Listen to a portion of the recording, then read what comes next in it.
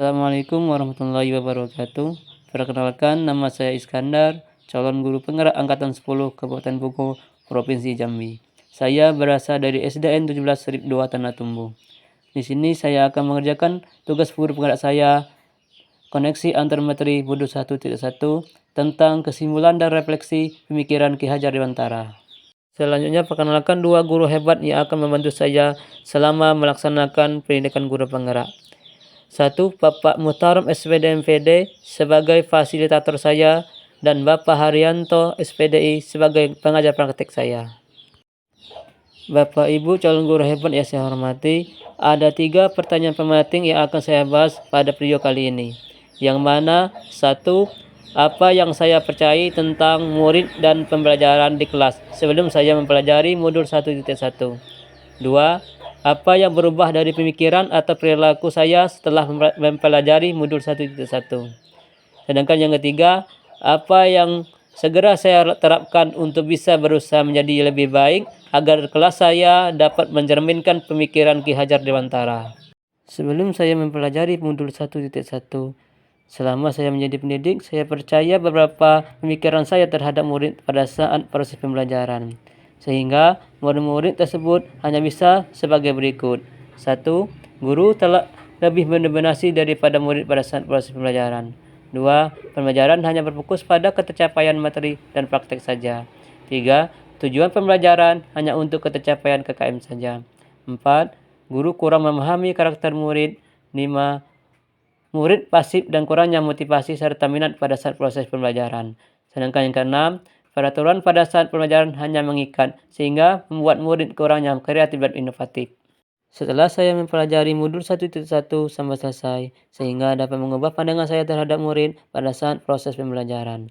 Adapun perubahan yang saya alami selama mempelajari modul 1.1, yang pertama, merubah pemikiran saya terhadap murid. Adapun merubah pemikiran saya terhadap murid sebagai berikut. 1. Guru bukannya satu-satunya sumber belajar murid.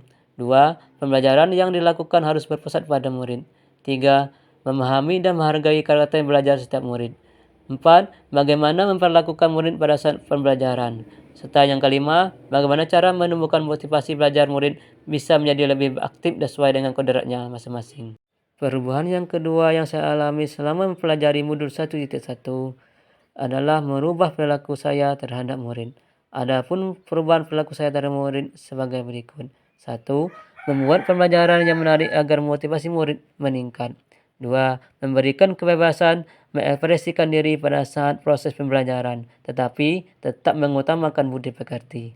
3. Membuat pembelajaran yang sesuai dengan minat, bakat, dan kreativitas murid. 4. Lebih cermat dalam memperhatikan bakat-bakat murid agar bisa dikembangkan sesuai dengan kodratnya masing-masing. Sedangkan yang kelima, membuat pembelajaran yang berpusat pada murid dan memanfaatkan lingkungan sekitar menjadi penyedia pembelajaran.